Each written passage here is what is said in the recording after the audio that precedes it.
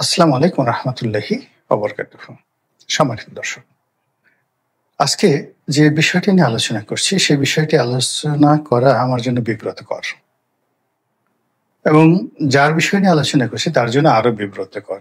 সেটি হলো ডক্টর মোহাম্মদ ইউনূসের সঙ্গে এবং তার কন্যার সঙ্গে ডোনাল্ড ট্রাম্প এবং তার স্ত্রী মেলানিয়া ট্রাম্পের একটি ছবি নিয়ে বিতর্ক হচ্ছে। সবাই বলাবলি করার চেষ্টা করছেন যে এই ছবিটি ভুয়া ছবি। এটি ফটোক্যাট করে, অটোক্যাট করে, এআই দিয়ে, প্রযুক্তি দিয়ে এই ছবিটি মূলত ছাড়া হয়েছে।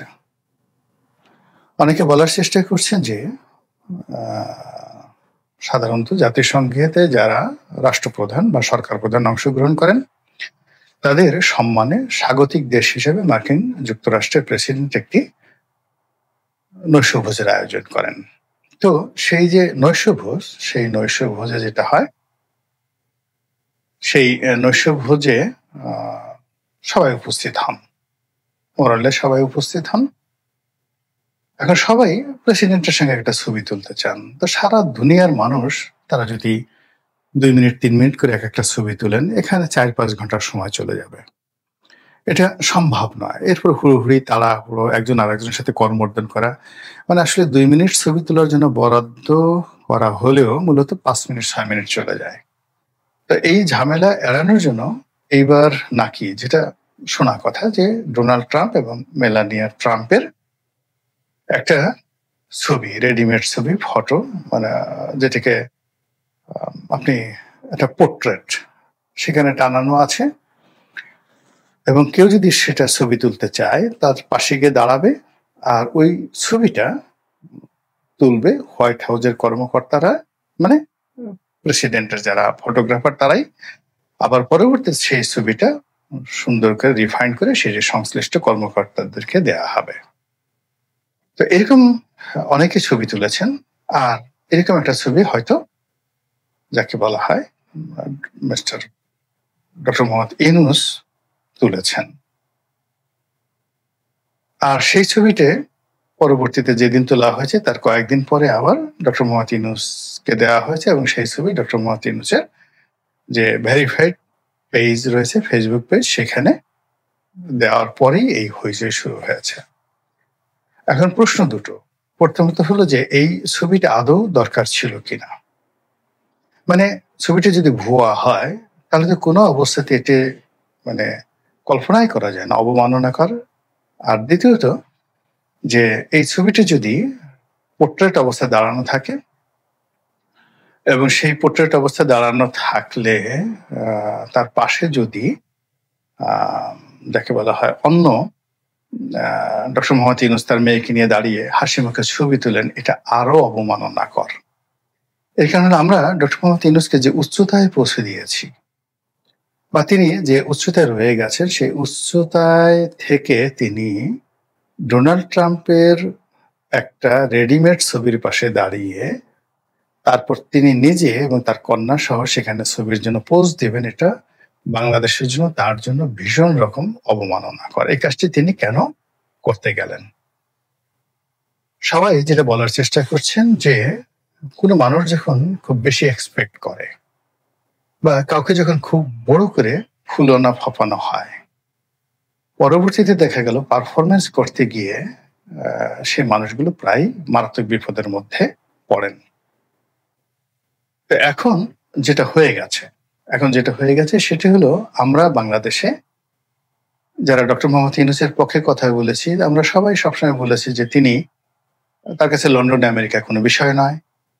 বিশ্বের তাবৎ রাজা বাদশাহ তার পেছনে ছুটেন, তার একটা ছবি তোলার জন্য, তার একটা অটোগ্রাফ নেওয়ার জন্য, তার একটা বক্তব্য শোনার জন্য মানুষ লাইনে দাঁড়িয়ে থাকে।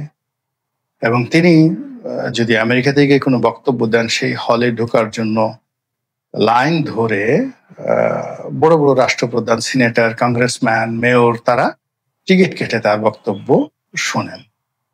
তো সেই ডক্টর মোহাম্মদ ইউনূস যখন বাংলাদেশের রাষ্ট্রপতির, মানে এখন তো রাষ্ট্রপতি নেই, তিনি রাষ্ট্রপতি, তিনি প্রধানমন্ত্রী, তিনি প্রধান উপদেষ্টা, এত ক্ষমতাধর হওয়ার পর ডোনাল্ড ট্রাম্পের মতো মানুষ তিনি তো বাংলাদেশে চলে আসবেন।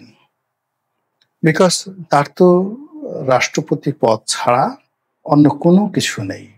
সুনাম, সুখ্যাতি, পরিবর্তে তার অনেক বদনাম।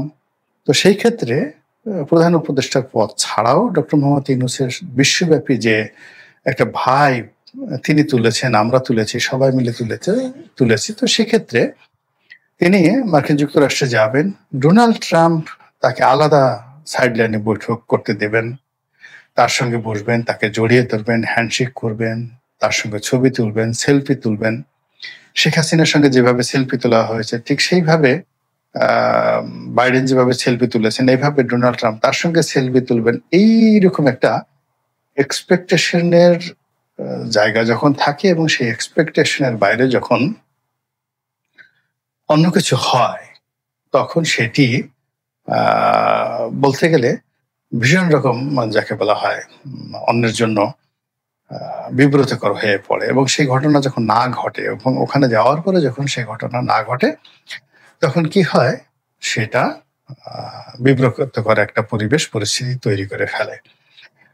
তো সেটা সামাল দেওয়ার জন্য যে ছবি যদি উনি তুলে থাকেন, ওনার যেহেতু বয়স হয়েছে, আসলে বাস্তবতা হলো যে একজন মানুষ ৮৬ বছর বা ৮৭ বছর বয়স, তার কাছ থেকে আপনি তার তরুণ বয়সের স্মার্টনেস এটা আপনি কল্পনাই করতে পারেন না। এই ডক্টর মোহাম্মদ ইউনূস আপনি গিয়ে দেখেন যখন হিলারি ক্লিন্টন বাংলাদেশে এসেছিলেন সেই ১৯৯৬-৯৭তে শেখ হাসিনা যখন ক্ষমতায়, আপনি তার সানগ্লাস দেখেন, তার ড্রেস কোড দেখেন, তার মুখের যাকে বলা হয় অভিব্যক্তি দেখেন, মনে হবে যেন one of the smartest man. কিন্তু বাস্তবতা হলো যে ২০২৫ সনে তিনি বৃদ্ধ হয়ে গেছেন। তার আগের মতো সেই জিনিসগুলো নেই, আমাদেরও থাকবে না, আপনারও থাকবে না। তো এই মানুষটিকে যারা পরিচালনা করছেন, এই মানুষটিকে যারা বুদ্ধি দিচ্ছেন, এই মানুষের যে সকল সাহায্যকারী রয়েছেন তাদের উচিত হয়নি এরকম একটা ছবি তোলা, পোস্ট করা বা এটা নিয়ে কোনো একটা কথা। উনি একেবারে চুপ যদি থাকেন, উনি যদি জাতিসংঘে নাও যেতেন, উনি তো ডক্টর মোহাম্মদ ইউনূস, উনি যে নোবেল পুরস্কার পেয়েছেন, তো সেই নোবেল পুরস্কার নিয়ে তো আমাদের কোনো সন্দেহ নেই। এনিওয়ে উনি যে কাজটি ওখানে গিয়ে করেছেন, এতে করে যে বিতর্ক তৈরি হচ্ছে, যে সকল কথাবার্তা হচ্ছে, এগুলো খুবই বিব্রতকর। এগুলো ওনার করা ঠিক হয়নি। এগুলো দেশকে ছোট করে, ওনাকে ছোট করেছে। এবং আমাদের যে রাজনীতির দীনতা, হীনতা এবং মানুষ হিসেবে, জাতি হিসেবে বাঙালির যে নিচু মন মানসিকতা, ইনফেরিয়ার কমপ্লেক্স, সাদা চামড়া দেখলে আমাদের মাথা খারাপ হয়ে যায়। ইউরোপ এবং আমেরিকা গেলে আমরা বাংলাদেশি কথা ভুলে যাই এবং সেখানে গিয়ে একটু ইংরেজিতে যদি কেউ কথা বলতে পারি, মুহূর্তের মধ্যে আমরা বাংলা ভাষায় কথাই বলতে চাই না।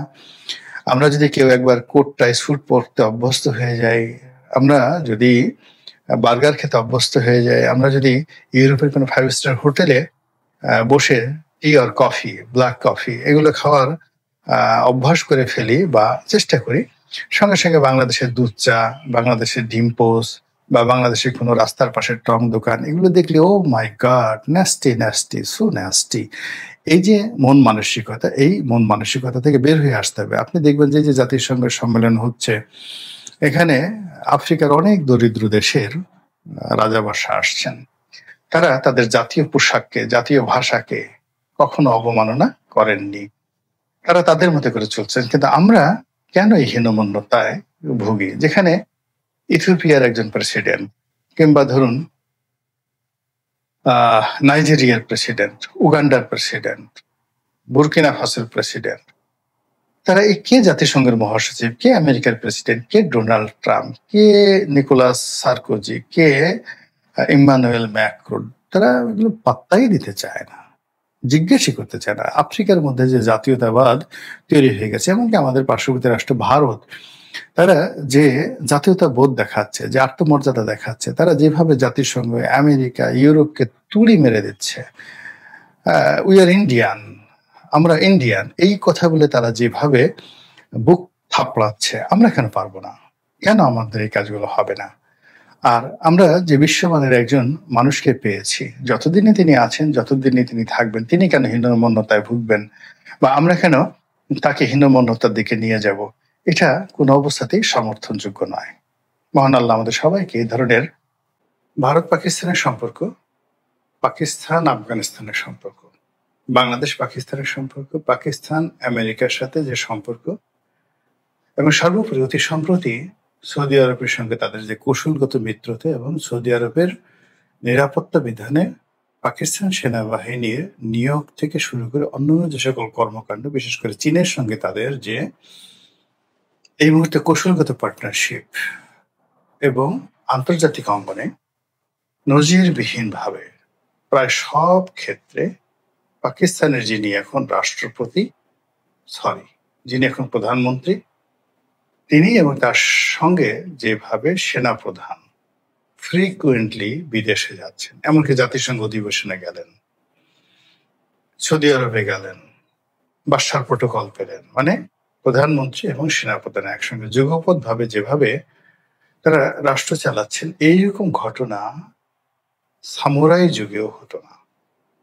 সামুরাই যুগে আপনারা জানেন যে 800 বছর মিলিটারি রুল চলেছে জাপানে, এবং জাপানে অসংখ্য ছোট ছোট এলাকা সামরিক কমান্ডাররা নিজেরা তারা সম্রাটকে তার প্রতি নামমাত্র আনুগত্য প্রকাশ করে তারা স্বাধীনভাবে রাজত্ব করে গেছেন। এবং এক সামুরাই মানে একজন স্বৈরশাসক বা একজন সেনাপতি, তিনি আবার অন্য সেনাপতির সাথে যুদ্ধ করেছেন। এইভাবে খণ্ড খণ্ড যুদ্ধ, বিগ্রহ এবং মারামারি কাটাকাটি করে 800 বছর ধরে জাপানে যে একটা রাজত্ব চলেছিল, এগুলোকে বলা হতো সামুরাই রাজত্ব। তো ঠিক সেই সময়টিতেও দেখা যেত যে সবচেয়ে বড় যে সামুরাই মানে সবচেয়ে বড় যে সেনা শাসক, ধরুন পুরো জাপানের অর্ধেকটা হয়তো একজন আছে, তো তিনিও যখন সম্রাটের সাথে দেখা করতে আসতেন পুরনো রাজধানী তাদের যে কিয়োতো, এখন টোকিও না, কিয়োতো রাজধানী ছিল, সেই কিয়োতোতে যখন তারা দেখা করতে আসতেন তখন তাদেরকে পোশাক মানে সংযত করে, অস্ত্র রেখে, খালি পায়ে, মাথা নিচু করে, হাঁটু গেড়ে রাজার সামনে আসতে হতো।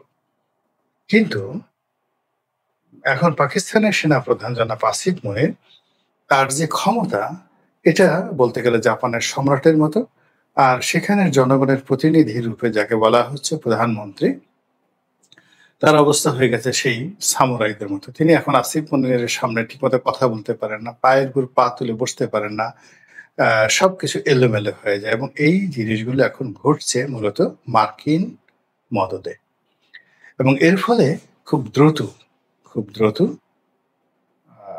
আমাদের এশিয়া সাবকন্টিনেন্টে দুর্ঘটনা ঘটতে যাচ্ছে, এবং সেই দুর্ঘটনায় বাংলাদেশও জড়িয়ে পড়বে। বাংলাদেশে এখানে অনেক লোক তারা আবার পূর্ব পাকিস্তান হওয়ার স্বপ্ন দেখছে, অস্বীকার করতে পারবেন না।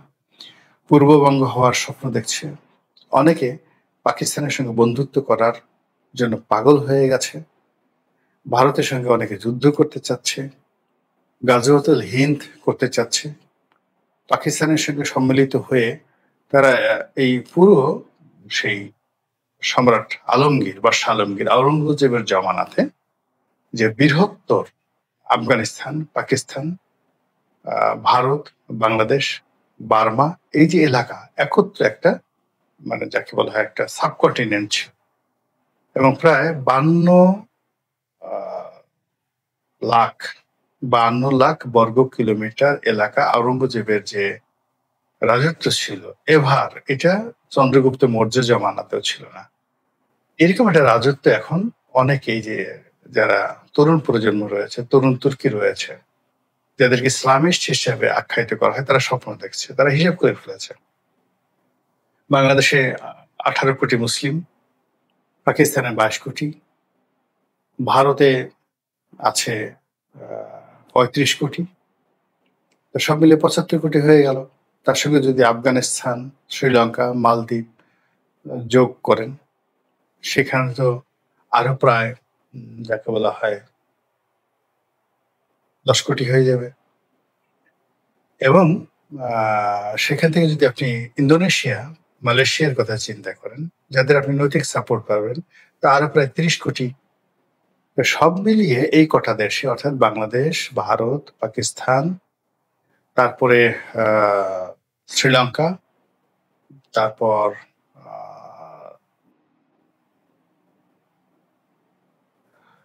ইন্দোনেশিয়া, মালয়েশিয়া, এই দেশগুলো একত্র করলে কয়শো কোটি মুসলমান হয়ে যায়, প্রায় 150 কোটি মুসলমান হয়ে যায়, বা মানে 100 কোটি মুসলমান হয়ে যায়।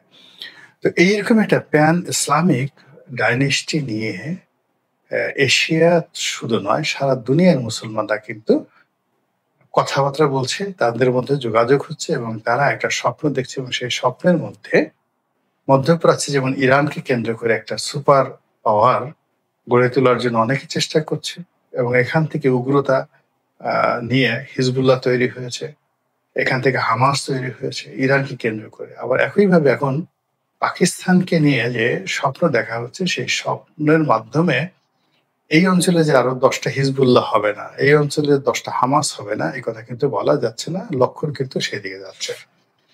আপনারা লক্ষ্য করেছেন যে মিস্টার ডোনাল্ড ট্রাম্প যেভাবে পাকিস্তানকে প্রিভিলেজ দিচ্ছে, যেভাবে পাকিস্তানের প্রধানমন্ত্রীকে নিয়ে আলাদা বৈঠক করছেন, এবং তার পাশে সেনাপ্রধান আসিফ মনিরকে যেভাবে বসিয়ে বারবার তার প্রশংসা করছেন, তিনি চাচ্ছেন যে পাকিস্তানের মাধ্যমে ভারতকে একটা দাঁত ভাঙা জবাব দেওয়ার জন্য, এবং পাকিস্তানের উপর প্রভাব বিস্তার করে তিনি আফগানিস্তানের যে বিমানবন্দরটা তিনি দখল করার কথা ভাবছেন বা চাচ্ছেন, সেটি তিনি দখল করার জন্য চেষ্টা করবেন, চীনকে মূলত দমন করার জন্য।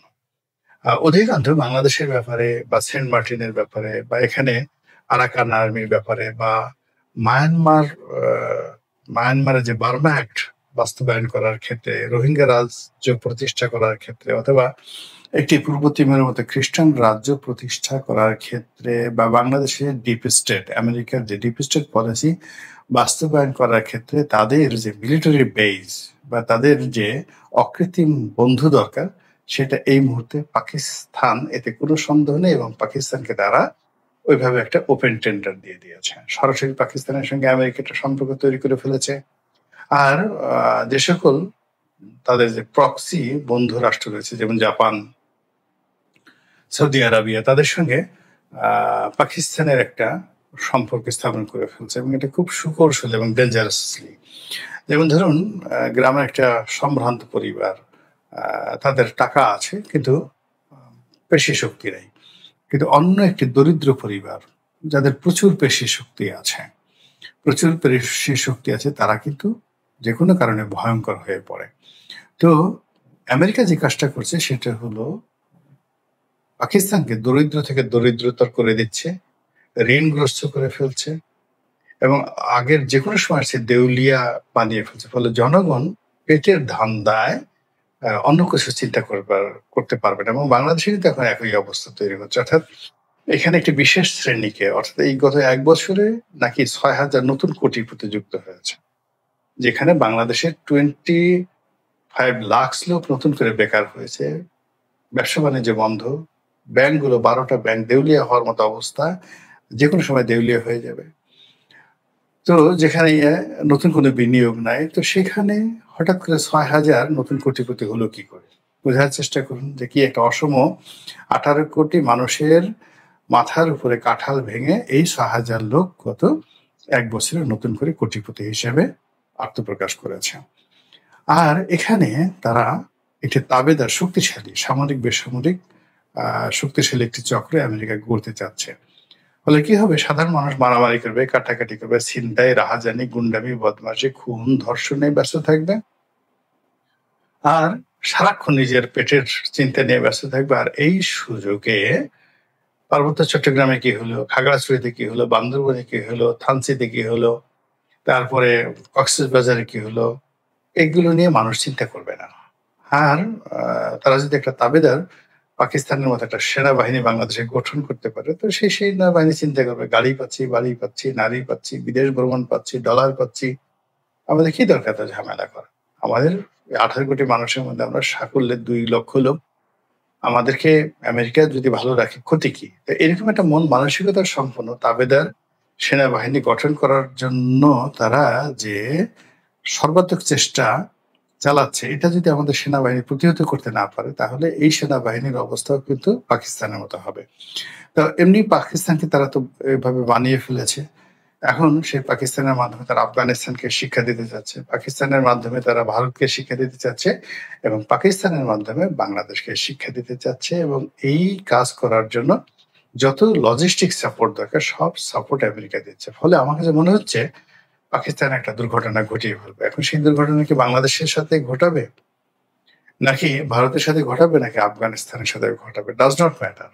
একটা ঘটনা ঘটার সাথে সাথে সবগুলো দেশ ইফেক্টেড হবে। অর্থাৎ এরা যদি এখন আমেরিকাকে সাহায্য করে আফগানিস্তানের বিমানবন্দর দখল করার ক্ষেত্রে, ওটা ভারতের সর্বনাশ ঘটায় ফেলবে। কারণ ভারত আবার আফগানিস্তানে নতুন করে বিনিয়োগ করা শুরু করেছে, এবং আমেরিকা চ্যালেঞ্জ জানিয়ে তারা সিআইএস কান্ট্রিগুলো, অর্থাৎ মধ্য এশিয়াতে যে মুসলিম কান্ট্রিগুলো রয়েছে তাদের সঙ্গে ব্যবসা বাণিজ্য, অর্থাৎ উজবেকিস্তান, কিরগিজস্তান, কাজাকিস্তান, আর্মেনিস্তান, এ সকল দেশের সঙ্গে আফগানিস্তানের মাধ্যমে ভারত আর একটা সম্পর্ক স্থাপন করে রাশিয়ার সাথে ডাইরেক্ট যোগাযোগ স্থাপন করতে চাচ্ছে। এটা হলো ভারতের প্ল্যান। তারা অনেক ক্ষতিগ্রস্ত হয়েছে, প্রায় $8 বিলিয়ন তারা ক্ষতিগ্রস্ত হয়েছে আমেরিকা যখন আফগানিস্তান ছেড়ে চলে গেল, কিন্তু ওটা ভারত পুষিয়ে নিয়েছে। কিন্তু আবার যদি আমেরিকা এখানে ফিরে আসে, ভারতের এই যে নতুন যে প্ল্যান, এটা নষ্ট হয়ে যাবে। দ্বিতীয়ত, ভারতের একটা বিশাল বিনিয়োগ আছে, এটা এই মায়ানমারে কালাধান প্রজেক্ট। তো সেই কালাধান প্রজেক্টটি নিয়েও ভারত খুব চিন্তিত আছে। তো এখানে যদি আমেরিকা তাদের ডিপ স্টেট পলিসি অনুযায়ী নতুন একটা রাষ্ট্র প্রতিষ্ঠা করে, সেক্ষেত্রে ভারত সবচেয়ে বেশি ক্ষতিগ্রস্ত হবে। চীন তারা ক্ষতি পুষিয়ে নিতে পারবে, কিন্তু ভারত এটা পারবে না।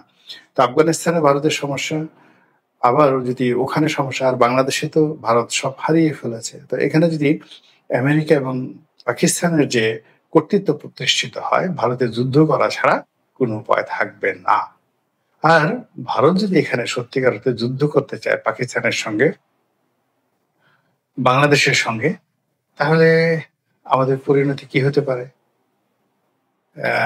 এটি কি খুব কঠিন একটা বিষয়? পাকিস্তানের সেই রাওয়ালপিন্ডি থেকে ইসলামাবাদ থেকে কিভাবে জাহাজ আসবে? ভারত মহাসাগর হয়ে আসবে, কিভাবে আসবে? বঙ্গোপসাগর হয়ে আসবে। কর্ণফুলী চ্যানেলে তো ঢুকতেই পারবে না, মানে কর্ণফুলী চ্যানেলে তো ঢুকতেই পারবে না। ফলে ওখান থেকে তারা বোমারু বিমান দিয়ে, ড্রোন দিয়ে বাংলাদেশে ভারতীয় বাহিনীকে সাহায্য করবে, এটা হবে না। ফলে এই যে আমেরিকা যে খেলা খেলছে পাকিস্তানকে নিয়ে, আর পাকিস্তান এখন যেভাবে ভাড়াটিয়া শূন্য হিসেবে ব্যবহার হতে চাচ্ছে, যেভাবে নিজেদের দেহ, মন, মানসিকতা তারা বিক্রি করে দিতে চাচ্ছে, ফলে এই দেশটি পুরো একটা ব্যর্থ রাষ্ট্রে পরিণত হয়ে যাবে। এবং এই দেশটি শুধু ইউরোপ, মানে দক্ষিণ পূর্ব এশিয়া নয়, পুরো পৃথিবীর জন্য একটা ভয়ঙ্কর দেশে রূপান্তরিত হবে। এবং তাদের সঙ্গে আগামীতে নর্থ কোরিয়া যোগ দেবে। এবং এইগুলো মিলিয়ে যে একটা পরিস্থিতি তৈরি হচ্ছে, কেমন যেন বাতাসে লাশের গন্ধ ভেসে আসছে। আর একটা ৭১ অনিবার্য হয়ে পড়েছে। এবং আমরা যদি জাতীয়তাবাদী উদ্বুদ্ধ না হই, এবং আমাদের ওই যে দিল্লিও দরকার নেই, পিন্ডিও দরকার নেই, আমাদের ঢাকাকে নিয়েই থাকতে হবে, বাংলাদেশ নিয়ে থাকতে হবে, এই জাতীয়তাবোধ যদি জাগ্রত করতে না পারি, তাহলে যে বিশ্ব রাজনীতি যেভাবে ধুমায়িত হচ্ছে, যেভাবে ডোনাল্ড ট্রাম্প পাগলামো করছেন, যেভাবে পাকিস্তানের আসিফ মনির এবং শাহবাজ শরীফ যুগপৎ ভাবে তারা একটা যাকে বলা হয় তাদের যে মাস্টার প্ল্যান তারা বাস্তবায়ন করতে চাচ্ছে আমেরিকার দোসর হিসেবে, এটার পরিণতি আমাদের কারোর জন্যই ভালো হবে না। মহান আল্লাহ আমাদের সবাইকে হেদায়েত দান করুন এবং হেফাজত করুন। আসসালামু আলাইকুম ওয়া রাহমাতুল্লাহি ওয়া বারাকাতুহু। অনেক সমস্যার সৃজনশীল সমাধান নিয়ে আলাপ করছি, কিন্তু আমাদের একটা বিশাল জাতীয় সমস্যা আছে পার্বত্য চট্টগ্রাম নিয়ে। বাংলাদেশ রক্তাক্ত যুদ্ধ করছে জনপদে, যুদ্ধ থামছে, কিন্তু ছাইচাপা তুষের মতো এক আগুন ধিকে ধিকে জ্বলতেছে। পাহাড় আর সমতলের জনগোষ্ঠীর মধ্যে সন্দেহ আর অবিশ্বাসের বাতাস লঘু হইয়া যায় নাই। আমি মাঝে মাঝে ভাবি, যারা রাষ্ট্র চালায় তারা কি আদৌ সমস্যাগুলো নিয়ে ভাবেন? কিভাবে এটা সমাধান করা যায় এটা নিয়ে ভাবেন, ভাবলে, আন্তরিকভাবে চেষ্টা করলে তো এই সমস্যা একেবারে দূর না হোক অনেকটা তো সহনীয় করে ফেলা যায়। রাষ্ট্র সবসময় অপদার্থরা চালায়, তাই কখনো আমরা ভাবতেই পারি না সমস্যাকে দূর করতে হলে কি কি কাজ করতে হবে, কিভাবে সৃজনশীল ভাবে সমস্যার সমাধান করতে হবে। আজ আমি পার্বত্য চট্টগ্রাম ইস্যু নিয়ে আলাপ করব। আমার আলাপে সব সমস্যার সমাধান থাকবে না, তবে অন্তত একটা বড় সমস্যার সমাধানের বিষয়ে আলাপ করব। আশা করি বাংলাদেশের আপামর জনসাধারণ, সমতল এবং পাহাড়ের জনগণ আমার এই আলাপটাকে গ্রহণ করবেন। আসেন আল্লাহর নামে শুরু করি। এখন আলাপ হইতেছে আদিবাসী না উপজাতি এই বিষয় নিয়ে। আমি এই আলাপে এখনই ঢুকবো না, একটু কাজ করব আমার এপিসোডের একদম শেষ দিকে। আমার মতে সমস্যার মূলটা এই জায়গায় না, মূলটা মূলত দুইটা জায়গায়, একটা স্থানীয় আর একটা আন্তর্জাতিক। আন্তর্জাতিক বিষয়টা আমি প্রথমে আলোচনা করব, কারণ পার্বত্য চট্টগ্রাম নিয়ে আলাপ করার সময় সেই আন্তর্জাতিক প্রবলেমটা, সমস্যাটা, যেখানে ভারত একটা গুরুত্বপূর্ণ ফ্যাক্টর, সেটারে মাথায় রাখলে আমাদের বিষয়টা বুঝতে সুবিধা হবে এবং সমাধানের পথটা ভাবতেও সুবিধা হবে। আসেন এই দুইটা বিষয় কি কি। ভারত মনে করতো যে পার্বত্য চট্টগ্রামের নাগা এবং মিজো বিদ্রোহীরা লুকায় আছে এবং তাদেরকে পাকিস্তানের গোয়েন্দা সংস্থা আইএসআই সাহায্য করে। তো এইটার পাল্টা কর্মসূচি না ইন্ডিয়া, যে পূর্ব পাকিস্তানকে দেশটার রাজনৈতিক মূল অংশ থেকে বিচ্ছিন্ন করবে। তো ভারত এইটার উল্টা কর্মসূচি নেয় যে পূর্ব পাকিস্তানকে পশ্চিম পাকিস্তানকে বিচ্ছিন্ন করবে এবং এই কর্মসূচি নিয়ে আগায় যেতে থাকে। এবং এইটা নিয়ে আগায় যাওয়ার জন্য তাদের গোয়েন্দা মানে রকে সবুজ সংকেত দেয় ভারতীয় নীতি নির্ধারকেরা।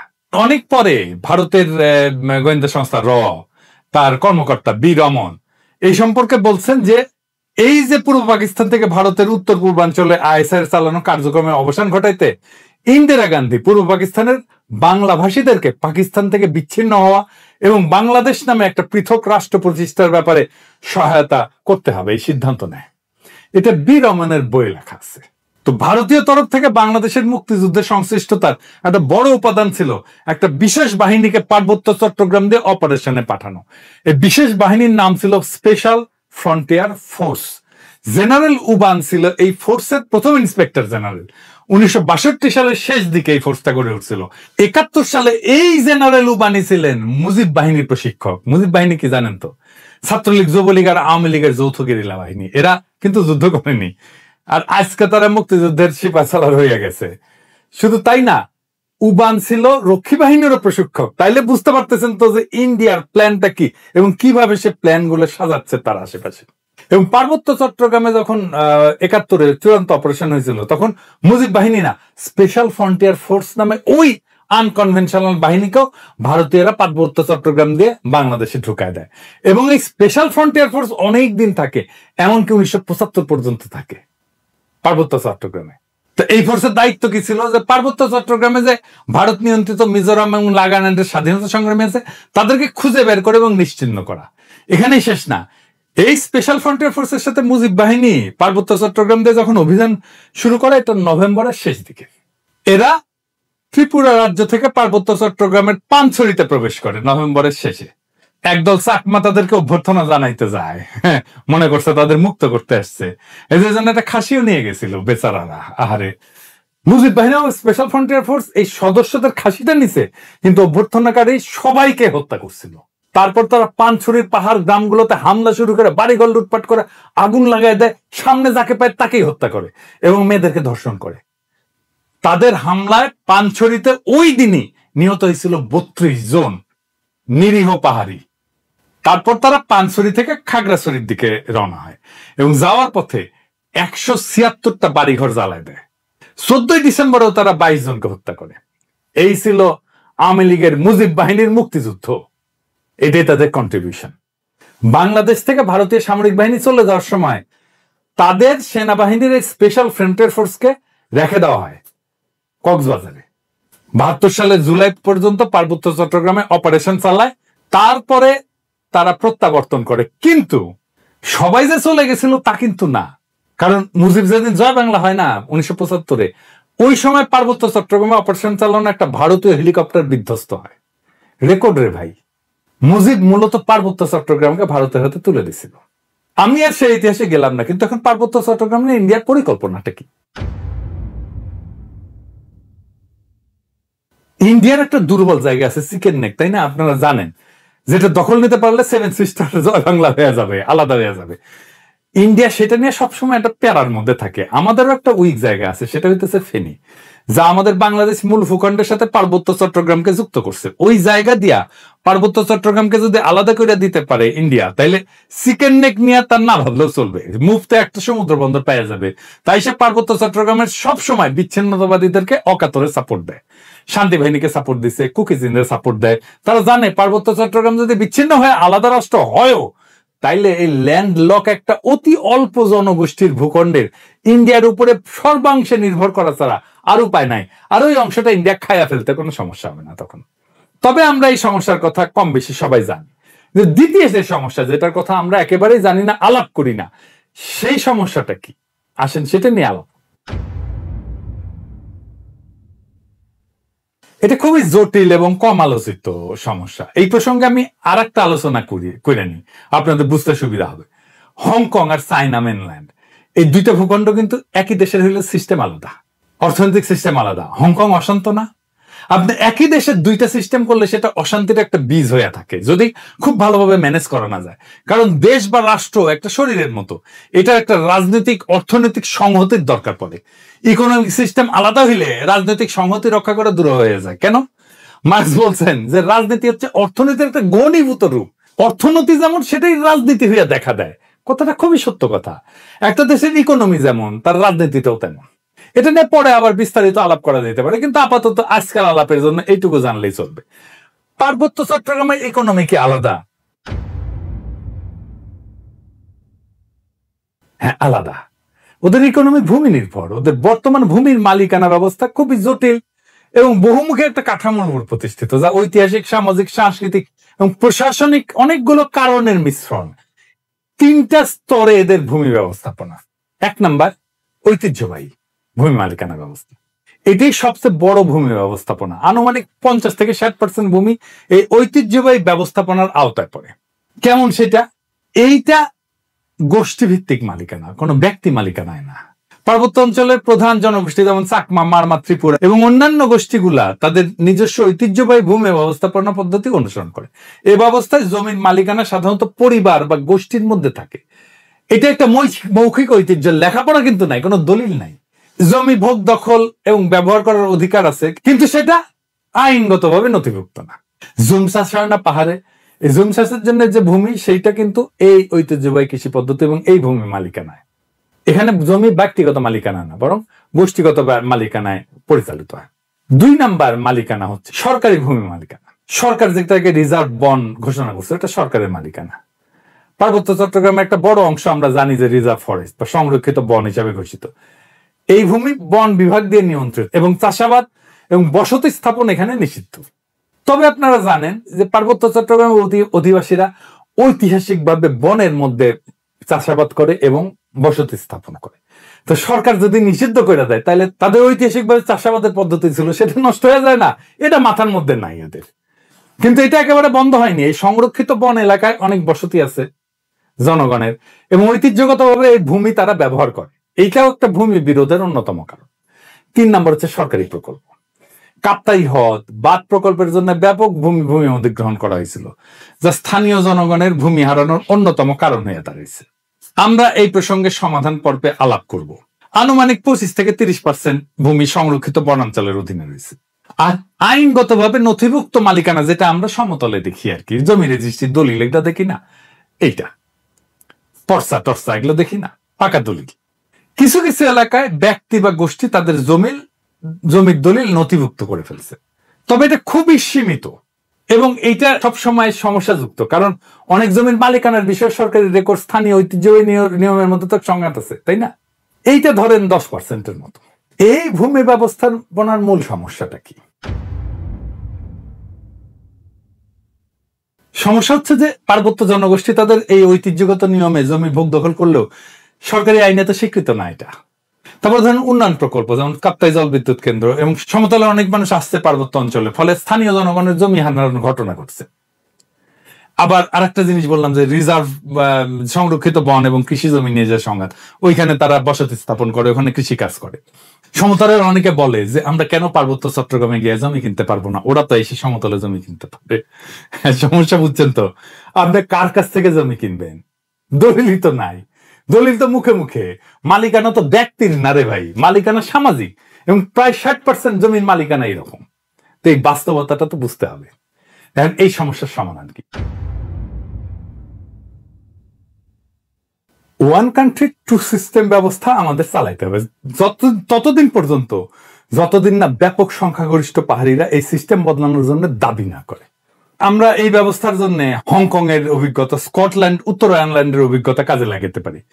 এইটা করে ঐতিহ্যবাহী ভূমি ব্যবস্থাকে আইনি স্বীকৃতি দিতে পারি এবং পুরো পার্বত্য চট্টগ্রামকে আমরা গ্রিন ইকোনমির আওতায় আনতে পারি। তাহলে আমাদের এই ওয়ান কান্ট্রি টু সিস্টেমটা ভালোভাবে বাস্তবায়ন করা যাবে।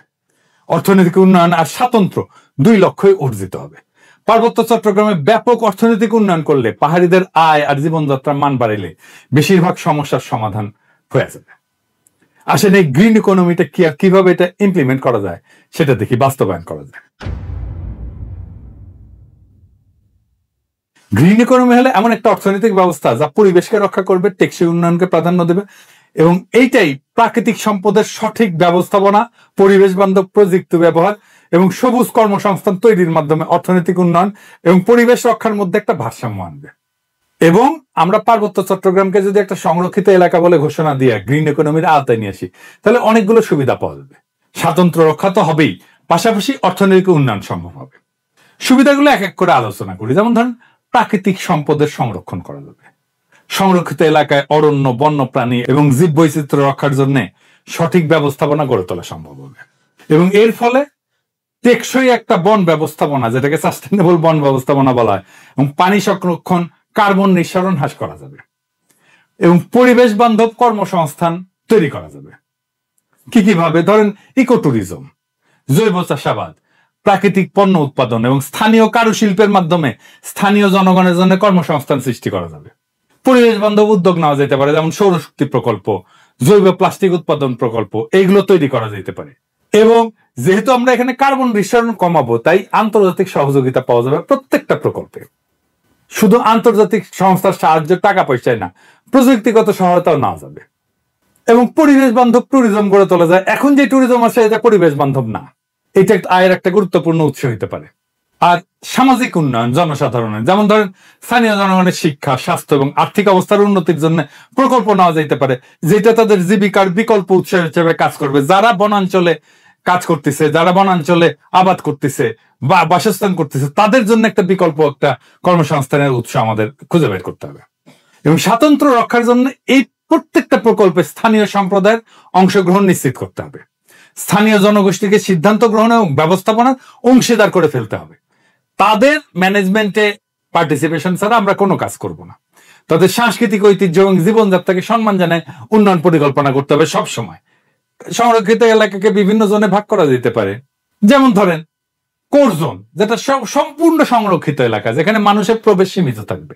বাফার জোন, যে কিছু নিয়ন্ত্রিত কার্যক্রম, যেখানে ইকো ট্যুরিজমটা চালাবো। আমরা ইকো ট্যুরিজম সব জায়গায় চালাইতে দেবো না এবং এখানে গবেষণাও করব। এবং sustainable use zone, third zone, যেটা যেখানে পরিবেশ বান্ধব চাষাবাদ, কারুশিল্প এবং অন্যান্য কার্যক্রম পরিচালনা করা যাবে। এবং একটা কঠোর আইন, পরিবেশ সুরক্ষা আইন লাগবে ওইখানে।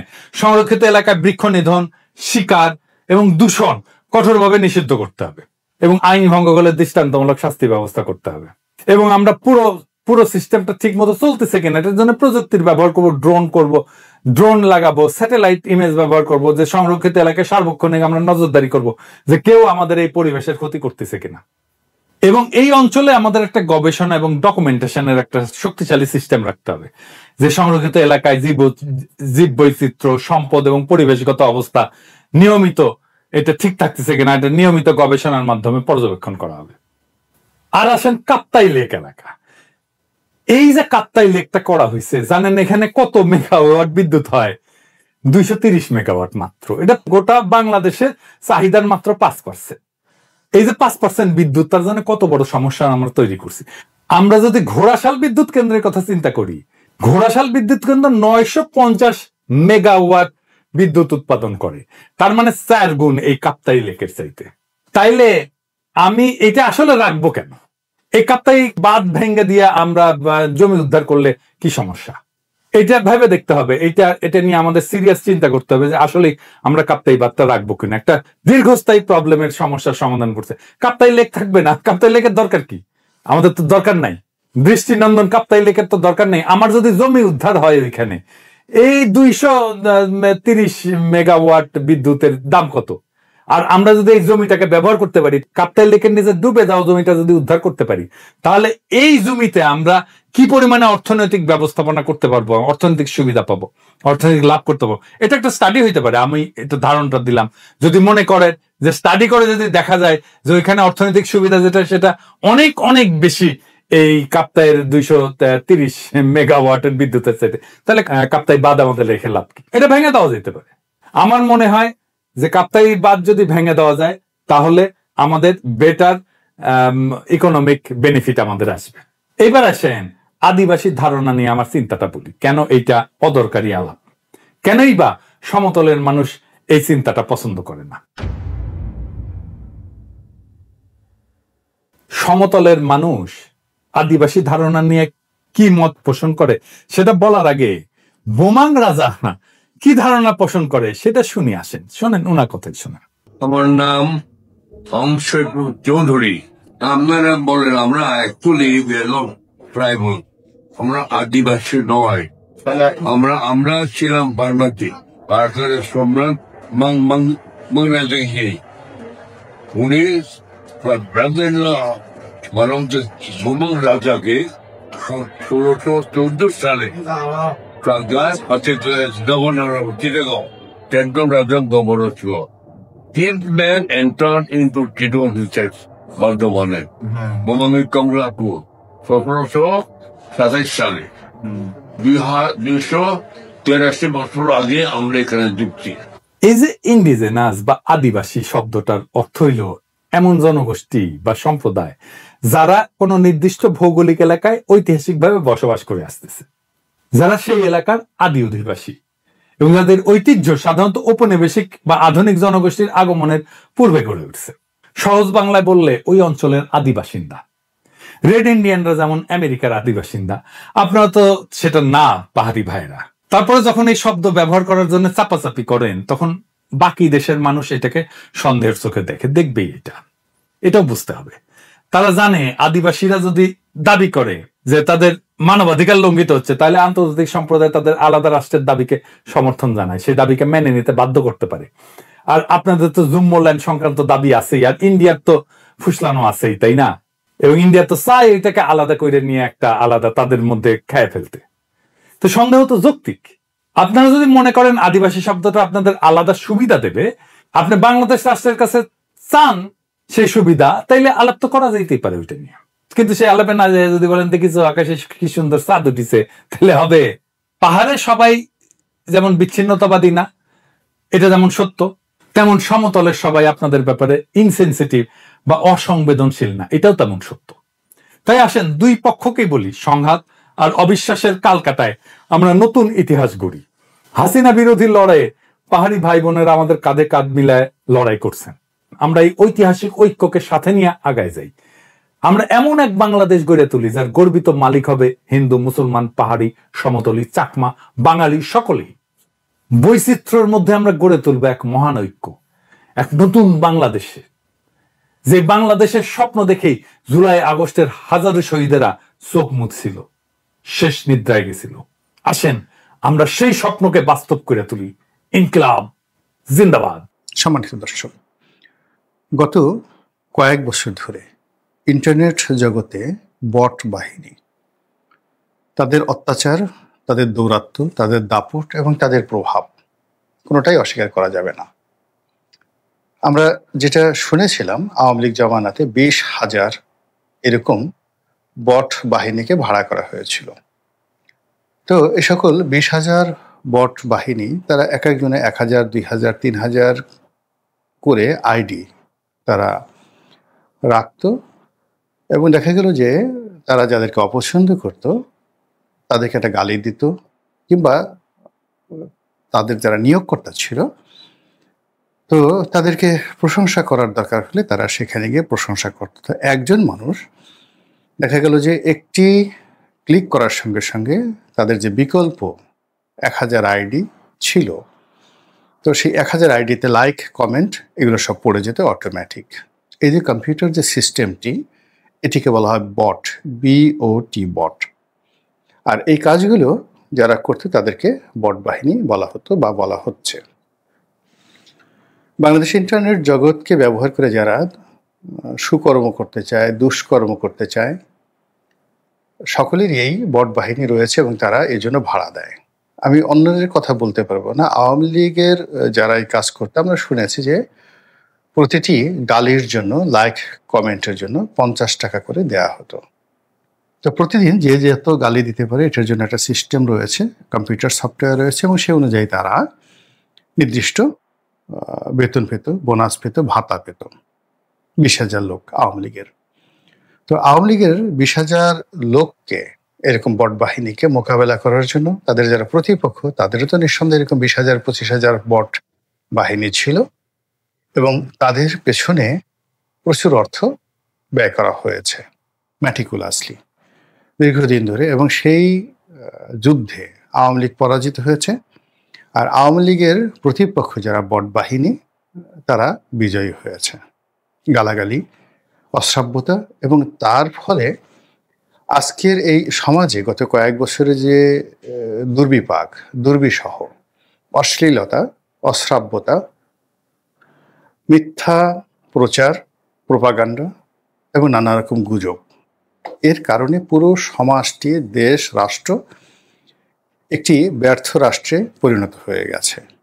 এই সমাজে যে বিভেদ এই বট বাহিনীর কারণে হয়েছে। এই সমাজে যে হিংস্রতা, নিষ্ঠুরতা, নির্মমতা আমরা এখন দেখতে পাচ্ছি, এই সবই বট বাহিনীর জন্য হয়েছে। এই গেল বট। 2 নম্বর হলো যে দেশের বাইরে কিছু ইউটিউবার আছে অথবা ফেসবুকার আছে। বট বাহিনীর যারা কাজ করতো তারা নিজেদের পরিচয় গোপন রাখতো। তাদের নাম কি, বংশী কি, পরিচয় কি, আমরা এই জিনিসগুলো এখন পর্যন্ত জানতে পারি না। কিন্তু কিছু কিছু ইউটিউবার, কিছু কিছু ফেসবুকার যারা গত কয়েক বছর ধরে তাদের নিজেদের কণ্ঠস্বর এবং তাদের যে ফেস, এগুলো দিয়ে এই সমাজে প্রভাব বিস্তার করছে। আমি ইতিবাচক নেতিবাচক সবই বলছি, যেহেতু আমি নিজেও এখন কন্টেন্ট তৈরি করি।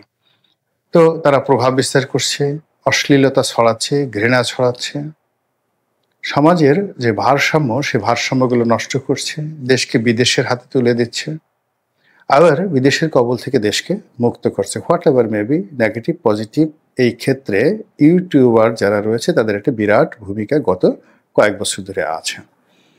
তো এই সকল ইউটিউবার মধ্যে বেশ কয়েকজন ইউটিউবার, প্রবাসী ইউটিউবার, যাদেরকে আমাদের এই বাংলাদেশের অনেক সাংবাদিক, বুদ্ধিজীবী এদেরকে টোকাই ইউটিউবার হিসেবে বা টোকাই হিসেবে তাদেরকে ইতিমধ্যে যে ন্যারেটিভ তৈরি করা হয়েছে তাদের বিরুদ্ধে, এটা বেশ জনপ্রিয়। বাংলাদেশে যদি বলা হয় ওই টোকাই ইউটিউবার, সঙ্গে সঙ্গে একটা ছবি, একটা কণ্ঠস্বর, একটা ফেজ, একটা ক্যারেক্টার একটা ফুটে ওঠে।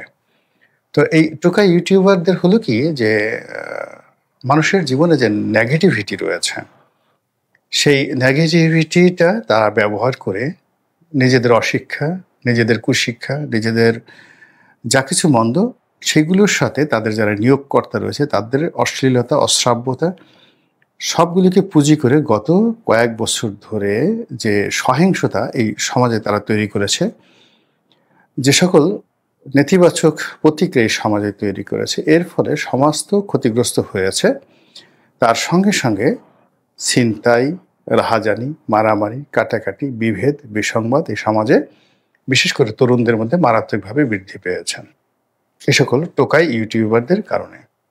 এবং অবাক করা ব্যাপার হলো যে আমি দেখলাম যে আপনি যদি সবসময় নেতিবাচক কথা বলেন, অন্যরা যা ক্ষতিগ্রস্ত হবে তার চেয়ে আপনি বেশি ক্ষতিগ্রস্ত হবেন। আপনার চেহারা নষ্ট হয়ে যাবে, চেহারার মধ্যে একটা শয়তানি ছাপ চলে আসবে।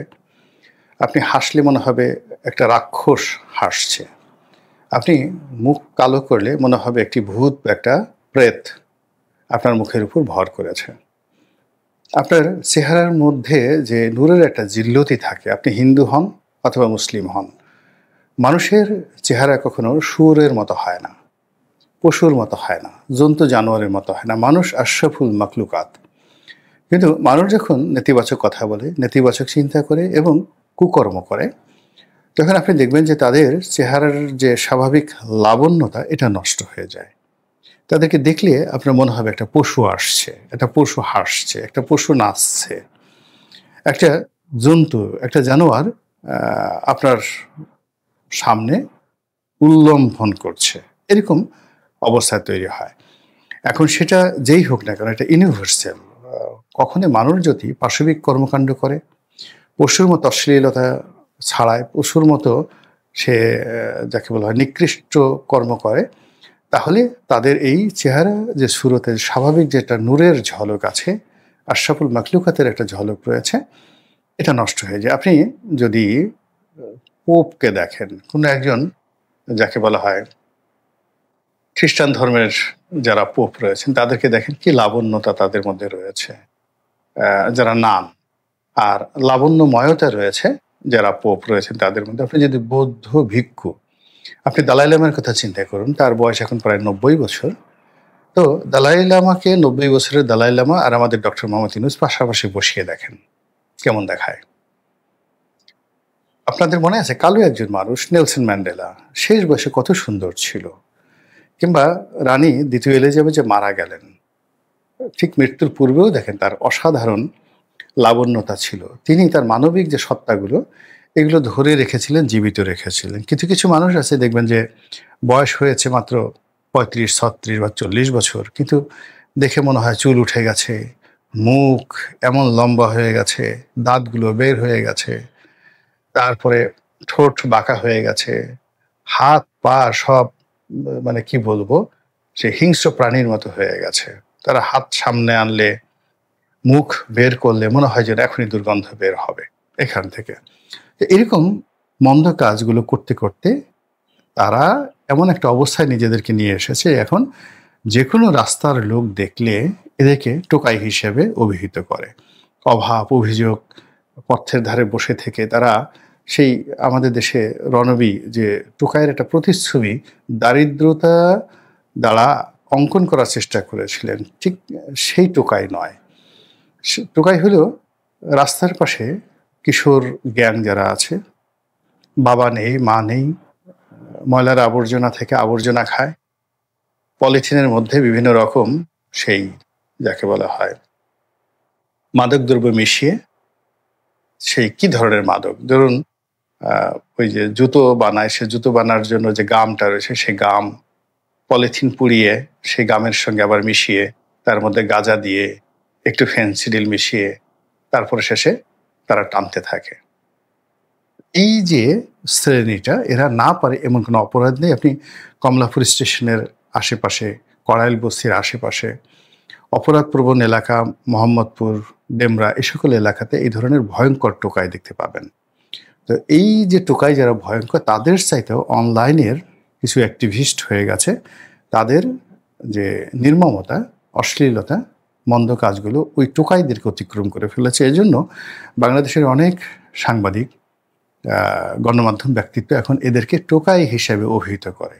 সেই টোকাইদের গত 3 মাসে যে দুরবস্থা, সেই দুরবস্থা নিয়ে কিছু কথা বলবো।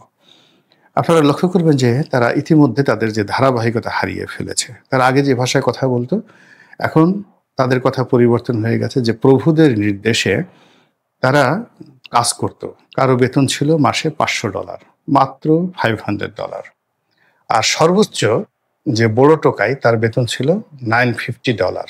ধরুন, জাস্ট একটা কল্পনা করুন, নট মোর দ্যান দ্যাট। তো এই $500 মাসিক বেতন নিয়ে বা $1000 বা $950 মাসিক বেতন নিয়ে তারা আল্লাহকে অস্বীকার করেছে, মিথ্যা বলেছে, এবং তাদের নিয়োগকর্তা বা প্রভুর হুকুমে তারা প্রতিপক্ষর জীবন তছনছ করে দেওয়ার জন্য যত মিথ্যাচার রয়েছে, যত ফেতনা রয়েছে, যত ফ্যাসাদ রয়েছে, সেই কাজগুলো করেছে। করার পরে তাদের প্রভুদের লাভ হয়েছে, তাদের প্রভুরা কাঙ্ক্ষিত মাকামে পৌঁছে গেছে। কিন্তু এ সকল টোকাই যারা তাদের জন্য এই কাজগুলো করেছে, এই কাজ করতে গিয়ে অনেকের পরিবার নষ্ট হয়ে গেছে, বিকজ অশ্লীলতা, অসভ্যতা যখন থাকে তখন সেখানে আল্লাহর গজব নাজিল হয়ে যায়।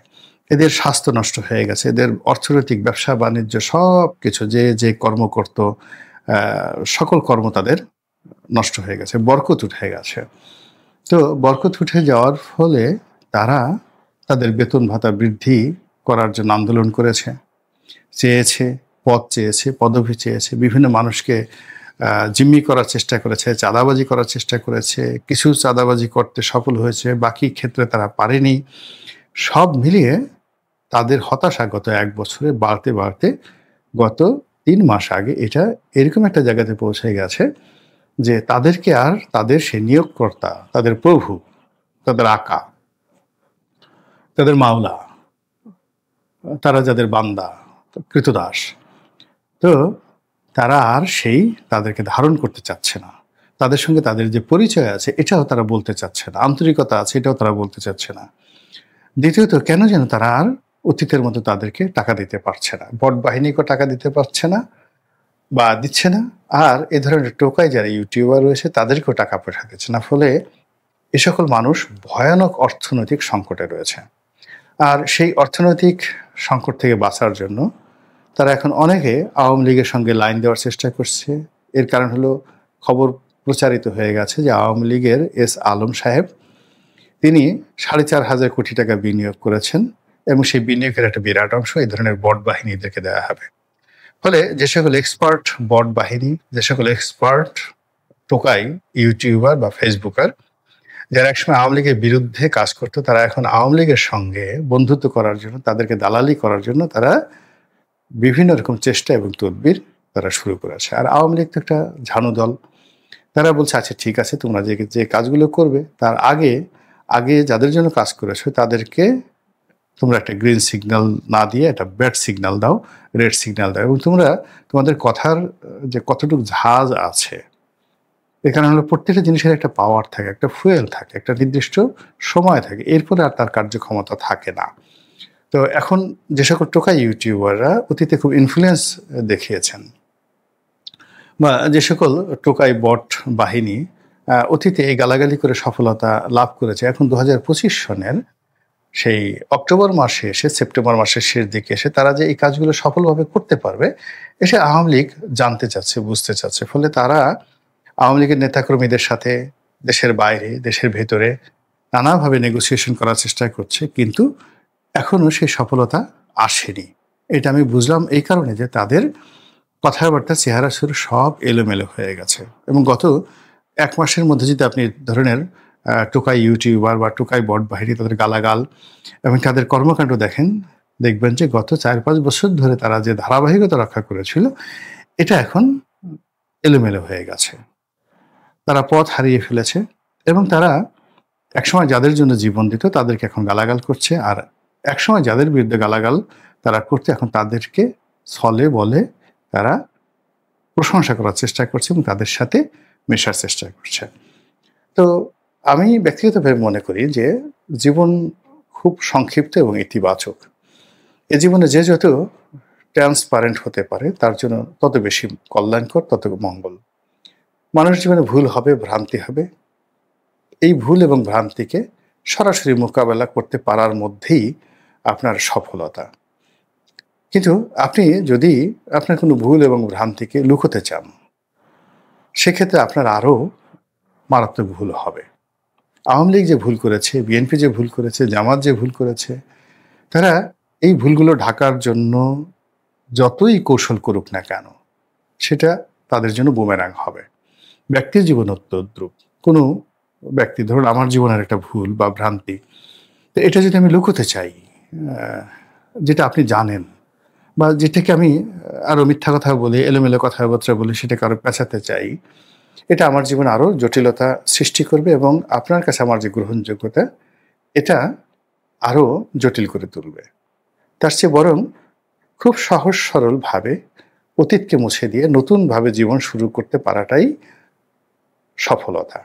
তো কাজেই যে সকল মন্দ লোক, আমি জানি যে সকল মন্দ লোক যারা আমার ক্ষতি করেছে, কোনো অবস্থাতেই ছলে বলে কৌশলে তারা আমাকে যতই প্রলুব্ধ করার চেষ্টা করুক না কেন, তাদের সঙ্গে আমার বন্ধুত্ব হবে না, হওয়া উচিত নয়। তো যে সকল টোকাইদেরকে তাদের সাবেক নিয়োগকর্তা যারা আছেন তারা বর্জন করেছে, এ সকল টোকাইরা যদি আবার আওয়ামী লীগে আশ্রয় পায়, আওয়ামী লীগের পক্ষে কথা বলার সুযোগ পায়, তাহলে আওয়ামী লীগের যে নতুন বিপর্যয় শুরু হবে, সেই বিপর্যয় থেকে আওয়ামী লীগকে আর কেউ রক্ষা করতে পারবে না। মহান আল্লাহ আমাদেরকে সকল রকম অশ্লীলতা, অশ্রাব্যতা এবং মন্দ কাজ, পাশবিকতা থেকে রক্ষা করুন, হেফাজত করুন। আসসালামু আলাইকুম ওয়া রাহমাতুল্লাহি ওয়া বারাকাতুহু।